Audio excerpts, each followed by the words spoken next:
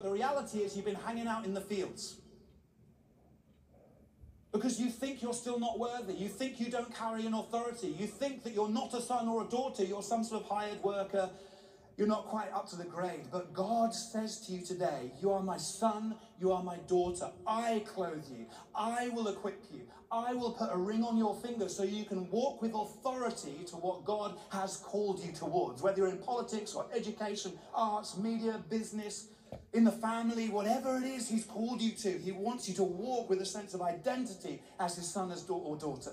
He wants you to walk with a sense of authority that he gives you, not coming from you, but from him. He's the Father who gives it to you. So don't hang out in the fields feeding the pods to the pigs. Come in. Don't be prodigal when you're not even prodigal. Don't act like a hired worker. Step in to the authority that God wants to give to you. That's what's available to you. Why wouldn't you go for it? Come on, come and take hold of it. We were singing it, weren't we? His desire is that every person would walk in the fullness of all that's available to them. Are you? Or are you in a far-off country somewhere? You see, the wind is blowing. The wind is blowing. The wind is blowing. Are you ready? How's the boat? Are you up for the race? The wind is blowing. And it's blowing in this nation, built on heritage, but there's a fresh vision for future as the Spirit moves in a fresh and a new way. There is a new move of his Spirit coming, and it is being wrung out across this city and across this nation. Now, many of you will have seen the Elizabeth Tower with Big Ben in it. We all call it Big Ben, don't we? But it's called the Elizabeth Tower. There it is on the screen. But you may not know the significance of this clock tower. If you know me, you know I love clocks and towers and stuff. If you don't know about this clock and tower, then come to our conversations on the story so far in a few weeks. But seriously, I think there's something really prophetically significant here. This clock was stopped for a number of years. And then after the pandemic, the chimes began again. And off it went. And it signalled a new season for the nation.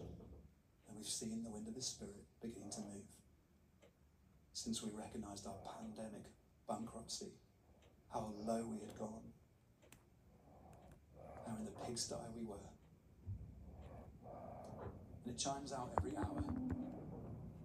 And do you know that the chimes, the melody of the chimes that chime out as an iconic statement over this land is based on Handel's Messiah.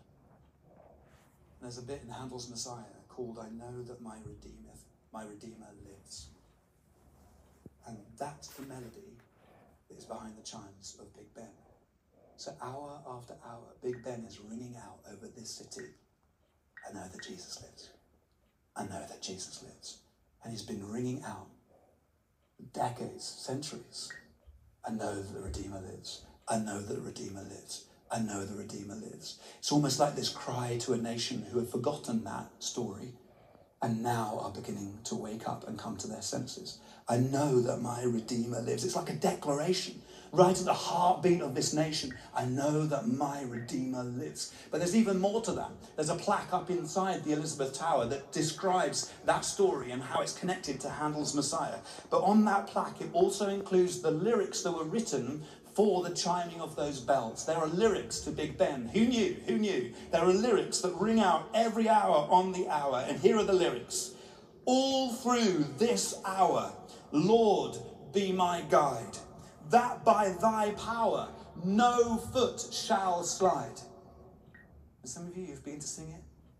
All through this hour, Lord, be my guide, that by thy power no foot shall slide.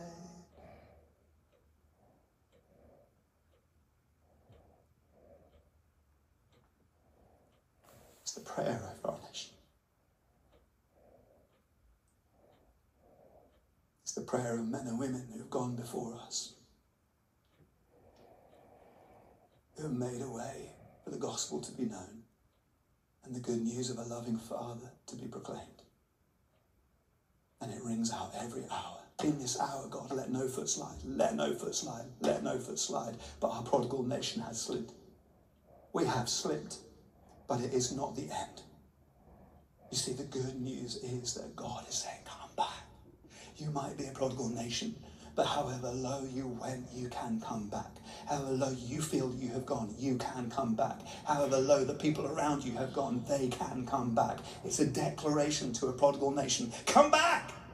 Come back to know Jesus. Come back to the life, the fullness, the celebration, the welcome, homecoming that was there for you since before time began. Let's celebrate together. Let's be in it together. That's the cry of Big Ben over this nation. And so we must raise that cry again.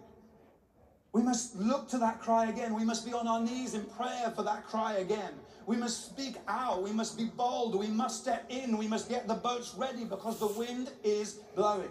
The sails are ready to be filled.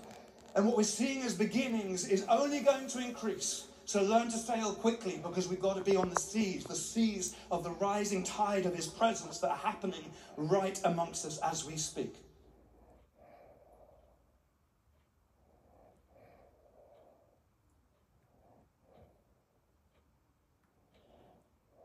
Can we stand? We're going to pray together.